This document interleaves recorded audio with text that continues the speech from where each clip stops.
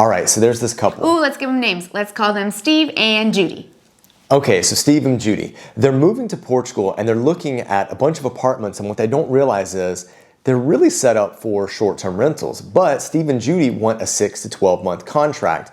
We are gonna help them figure out the 5 major problems to avoid and also help you.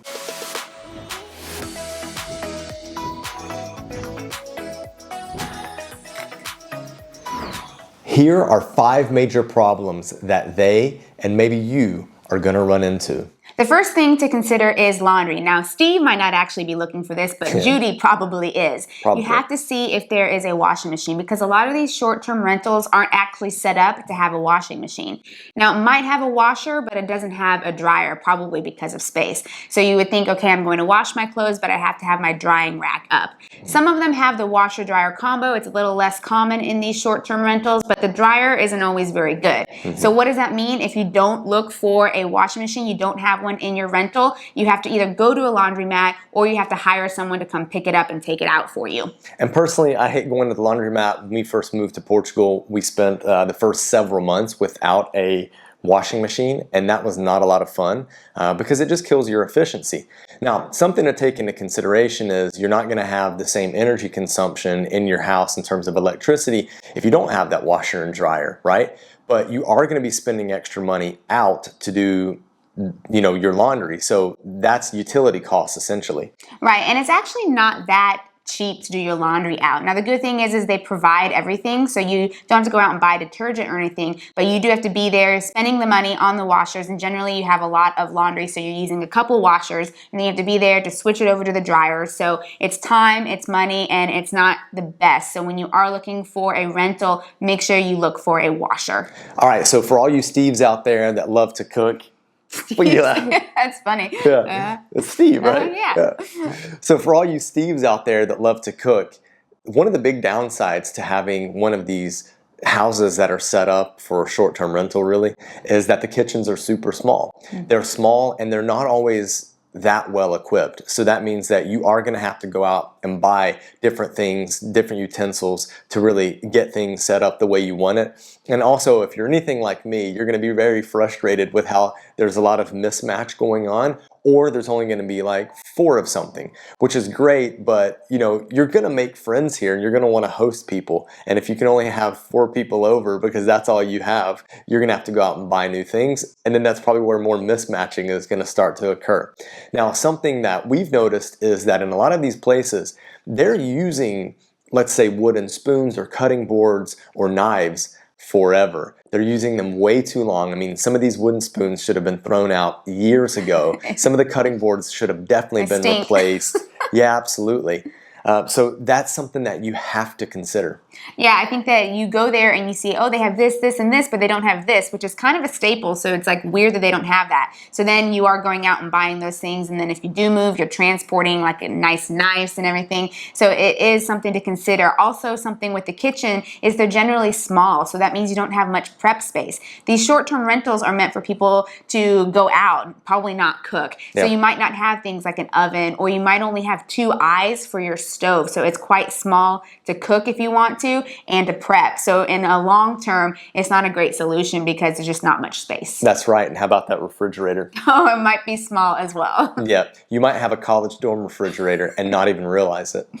Number 3 is the wear and tear on these places. A lot of times the pictures that they take are when they newly renovate the place. So you look at it and it looks amazing, but then you don't take into consideration that people are in and out often. So you have the wear and tear on it. Because people, I think when it's short term, they don't tend to take care of it as well as you would like. So there's little things that the pictures don't show and that pop up later on, and the landlords don't actually fix it. Yeah, that's exactly right. So you'll have maybe issues with a backsplash that hasn't actually been tiled and there's water damage, but you're not going to see that in a picture. And sometimes you might even overlook it when you're taking a tour of the property itself. Same thing might happen in the bathroom. You're not going to get to see in the cracks and see, oh, there's already mold that's starting to occur. So that's something that it might not be top of mind whenever you tour a place. but it's probably there hanging out. Yeah, and the wear and tear, I mean, obviously they're not going to take pictures of like the dinks in the walls and stuff like that. So definitely take that into consideration. The short-term rentals are people in and out, so the wear and tear can be tough on an apartment. Okay, so number 4 couldn't be any more relevant than right now, which is higher prices.